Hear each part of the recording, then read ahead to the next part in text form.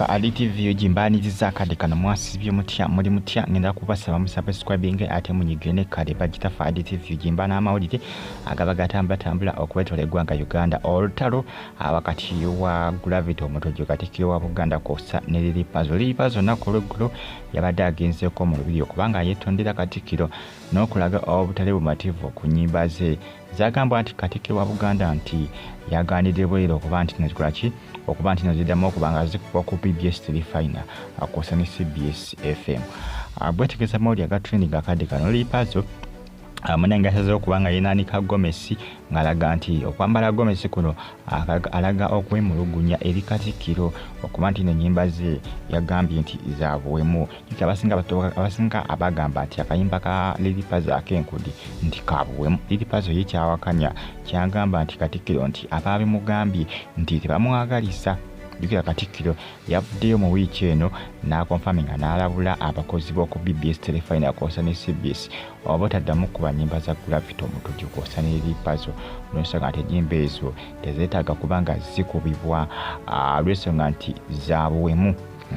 Zaabuwemu ndozolengera Lilipazo awo nga yenanise Gomesi yabadde ne Frank Antambi Gravity omutojo yakyalemeza musebana n'akayimba akapya ke yafulumiza era akayimba ako si kalungi okubuliriza era kaabuwemu. Jjukira si Gravity omutojo yekka ne KDD abayimbi kati bali basatu abafuuse ekizibu mu Uganda muno mu kuyimba ennyimba ezitategerekeka ate ye KDD ate ye baaba yo oli muzibu nnyo naye nga ekyamazima nti ndwawo okuwulira amaleriyo n'amativi agakuba ennyimba z'abaami bano Lilipazo, Gravity ne KDD ndwawo okubawulira.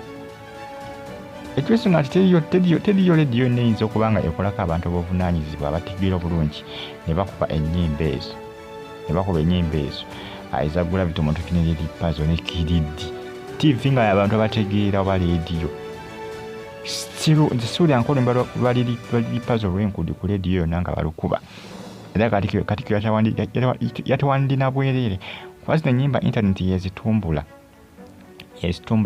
abantu bangi bavudde nga basaba Lilipazo okujjamu Gomesi abagamba nti Lilipazo jjamu kigomesi opromotinga ki opromotinga bisiike opromotinga bisiyaga oli kuki bavudde nga bamwataakinga yagamba nti ageza kubanga alaga obutale bumativu nti olw'okuba nti ne bakoze ki baweze ennyimba ze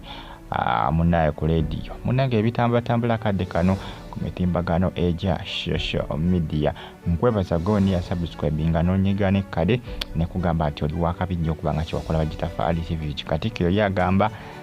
tagenda kukyusamu ekiyerogete agamba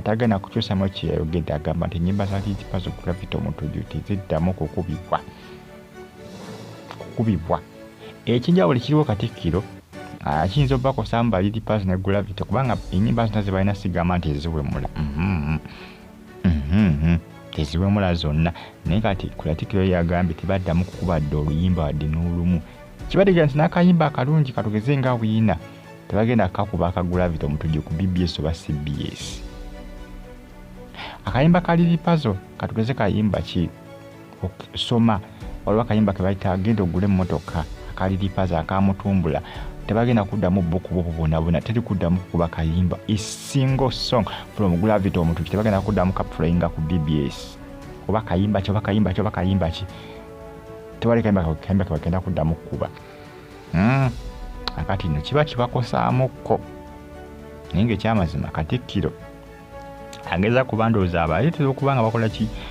bakola ki bakyusa mu nnyimba kubanga ennyimba ez'abatumbula tezaali zaabuwemu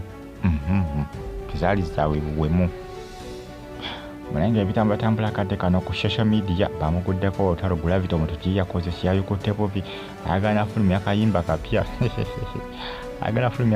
kapya jjukira UCC kubanga yogera ku nsonga eno